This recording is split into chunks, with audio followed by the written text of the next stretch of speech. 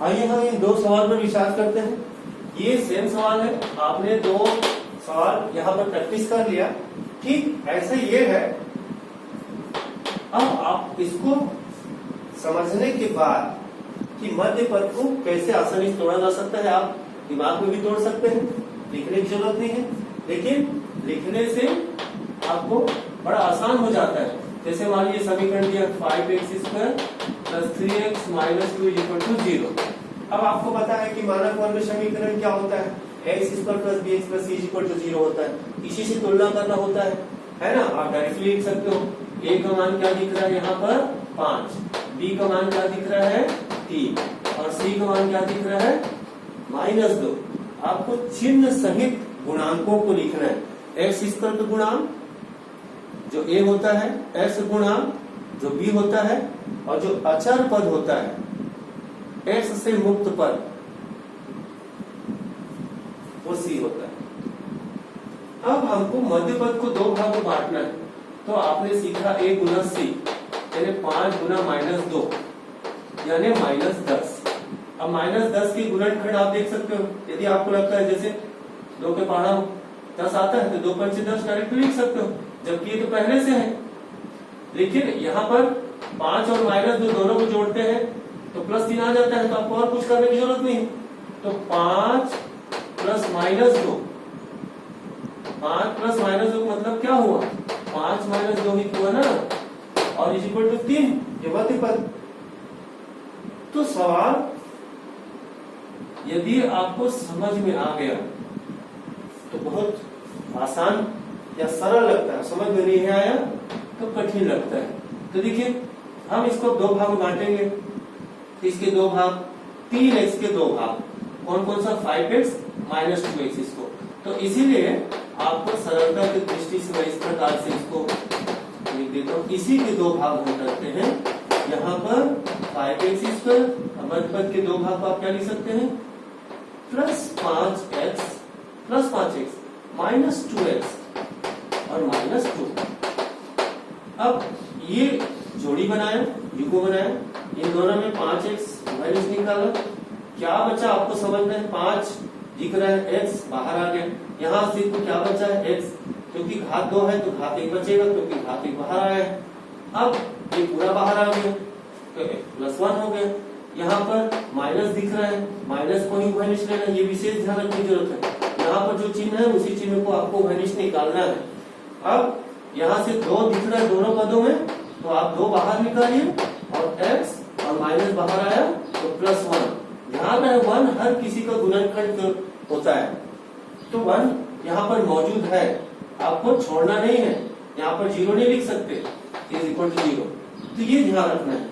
x + 1 फिर से इसको आपने वनिश निकाला, अब जो बचा 5x - 2 = 0, ये लिखा। अब इसके शून्य को ढूंढना है, तो इसके लिए क्या है, शून्य का सिद्धांत लगाएंगे, या तो ये शून्य होना चाहिए या फिर 5x - 2 = 0। दूसरा वाला गुणनखंड शून्य होना चाहिए। पहला गुणनखंड शून्य करने पर x का मान यानी पहला शून्य मिल गया, और यहाँ पर इसको शून्य करने पर 5x = -2 का पक्षांतर करेंगे +2, then x = 2/5। ठीक है, तो यही अभिष्ट हल या मूल है, अभिष्ट मूल। तो आप प्रत्येक सवाल में देख रहे हैं कि द्विघात समीकरण के अधिकतम 2 मूल ही प्राप्त हो रहे हैं। अब इसमें देखिए, इस सवाल को आप गौर से देखेंगे, जब हम इसका हल करेंगे तो उन्होंने पहले से ही दे दिया है कि ये जो है यहाँ पर जो लिखने का जो मीनिंग है, तात्पर्य है x बराबर नहीं है 1 और -1, इसको समझना है। यानी ये समीकरण x बराबर +1 और x बराबर -1 के परिभाषित नहीं है, इसलिए नहीं होना चाहिए। आप यहाँ रख करके देख सकते हैं, यदि +1 रखते हैं ये क्या हो जाता है 1 - 1 0, बटे में 0 आया मतलब वो अपरिभाषित हो जाता है, परिभाषित नहीं होता है तो छोड़ने पर। और ऐसे ही -1 रखते हैं, ये वाला पद बटे में 0 आता है तो पूरा अपरिभाषित हो जाता है, इसलिए ध्यान रखते हैं। मतलब हमको ध्यान रखना है। मान लो कि ऐसी स्थिति में इसका जवाब मान लो हल करते समय एक जवाब मान लो इनमें से कोई एक आ गया तो उसको छोड़ देना, वो उसका जवाब नहीं हो सकता। तो चलिए इस सवाल की खूबसूरती देखो आप, x plus 1 by x minus 1 minus x minus 1 by x plus 1 और इज इक्वल टू 5 बाई 6। देखने में तो ऐसा लग रहा है कि वर्ग समीकरण नहीं है, लेकिन ऐसा नहीं, सरलता रूप में लाएंगे तब पता चलेगा कि वर्ग समीकरण है या नहीं है। हम इसको गौर से देखते हैं, x plus 1 upon x minus 1 और दूसरे पद को देखते तो यही पलट जाता है, x माइनस 1 ऊपर चल देता है और ये ऊपर वाले नीचे आ जाता है। इसका मतलब क्या है, ये दोनों एक दूसरे के व्युत्क्रम। यही बात इस सवाल की विशेषता है, खासियत है। ये जो पहला पद है उसी का व्युत्क्रम दूसरा पद है। यदि हम पहला पद को यानी x प्लस 1 और x माइनस 1 को कोई एक दूसरा चर, इससे हटकर कोई दूसरा चर के द्वारा प्रतिस्थापित कर दें, मान लो हम इसको z द्वारा प्रतिस्थापित कर दें, मान लो z है, तो ये क्या दिखेगा, ये इसका व्युत्क्रम। आप देख सकते हैं स्पष्ट, इसी का व्युत्क्रम दिख रहा है, पलट गया। तो निश्चित है x minus 1 by x plus 1 जो है इसका व्युत्क्रम, इसका व्युत्क्रम यानी z मतलब क्या होता है, z बाई 1, ये क्या बन जाएगा 1 बाई z। अब इस समीकरण को देखिए, तब इस समीकरण का नया रूप मिलेगा। यदि आपने इसको z माना है तब आप देख सकते हैं माइनस ये 1 बाई z होगा और इज इक्वल टू 5 बाई 6। ये देखिए इस रूप का है। अब इसको थोड़ा और सरल करेंगे, लघुत्तम लेते हैं 1 और z का लघुत्तम z यहाँ गुना हो जाएगा z स्क्वायर, 1 यहाँ गुना हो जाएगा 1 into 1 is equal to 5 by 6। अब हम तिर्य गुना कर देते हैं, मानक रूप में लाने के लिए तिर्य गुना करते हैं। तो 6 into z square minus 1 is equal to 5z और इसको फिर सरल करते हैं 6z स्क्वायर, इसका पक्षांतर भी कर देते हैं 6z स्क्वायर माइनस 6 और इधर आएगा तो माइनस 5z। मैं एक साथ यहाँ पर लिख देता हूँ इज इक्वल टू 0। समझना, यहाँ पर 6z स्क्वायर ब्रैकेट ओपन करेंगे 6z स्क्वायर माइनस 6 आएगा, देखिए 6z स्क्वायर माइनस 6 लिखा है और प्लस 5z को पक्षांतर करें minus 5z is equal to 0 मानक रूप में लाने के लिए। अब हम इसके दो भाग यानी मध्य पद को दो भाग में बांटेंगे। तो आपको दिख रहा है 6 गुना माइनस 6, यहाँ पर 6 इंटू माइनस 6 माइनस 36, 6 6 36 और माइनस, ठीक है। और यहाँ पर देखिए माइनस 5, जोड़ने पर माइनस 5 आना चाहिए। तो आपको जानना है इसमें और कौन से गुणनखंड है, तो 4 में 36 भी होता है, 9 से 36 भी होता है। तो यहाँ पर यदि माइनस 9 और 4 करते हैं तो भी माइनस 36 आता है और जोड़ने पर माइनस 9 प्लस 4 बराबर माइनस 5। तो इसके गुणनखंड देखिए 6z का square minus 9z plus 4z और माइनस 6 इक्वल टू 0, ठीक है। तो ये जो है मध्य पद जो है देखिए इसमें दो भागों में बढ़ गया। अब इसका जोड़ी बनाएंगे, इसका जोड़ी बनाएंगे, इन दोनों में क्या होगा, दिख रहा है जेड तो दिख ही रहा है और दोनों 3 के पहाड़ा में आता है। तो 3z जो है इसको घनिष्ठ गुणनखंड होगा, 3 दूनी 6 बचा z और 3 किया 9 प्लस 4 और 6, ये 4 और 6 दोनों 2 के पहाड़ा में आता है, 2 दूनी 4 और 2 किया 6, 2 घनिष्ठ दिख रहे हैं, 2 दूनी यानी 2z और माइनस 2 किया 6 0। अब ये फिर घनिष्ठ निकालेंगे 2z minus 3 into 3z plus 2 is equal to 0। ये हो जाएगा आपका शून्य निकालने के लिए इसको 0 करो, यहाँ पे 3z plus 2 is equal to 0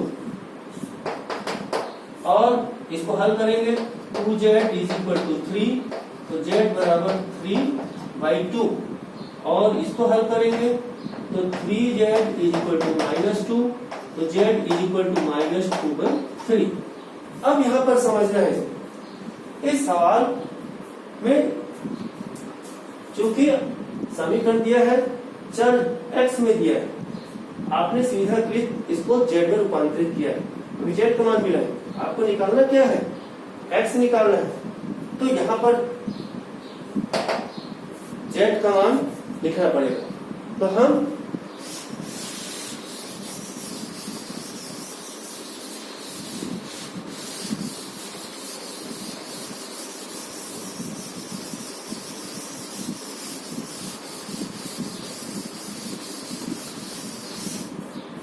तो पहला z जो है, जब z 3/2 है और z आपने x + 1 अपॉन x - 1 लिया इक्वल टू 3/2, और दूसरी स्थिति में क्या है कि x + 1 अपॉन x - 1, दूसरी स्थिति में -2/3 यहां से x का मान निकालना है।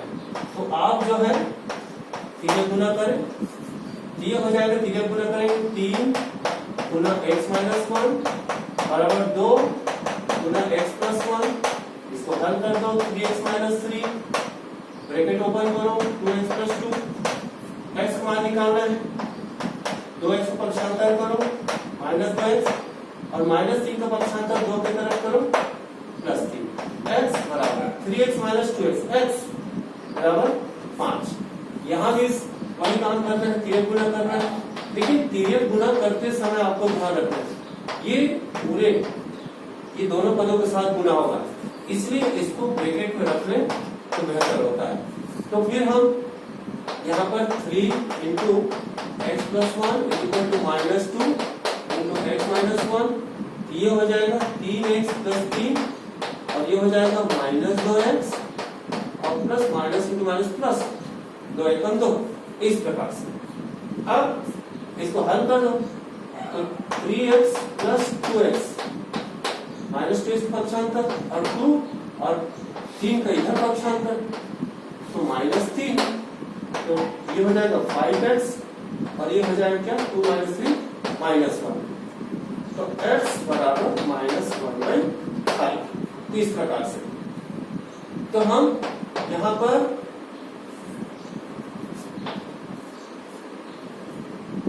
ध्यान रहे, यहाँ पर ये जानना आपको जरूरी है, ठीक है, कि z में मान मिला है तो आपको x में रूपांतरित करके करना है।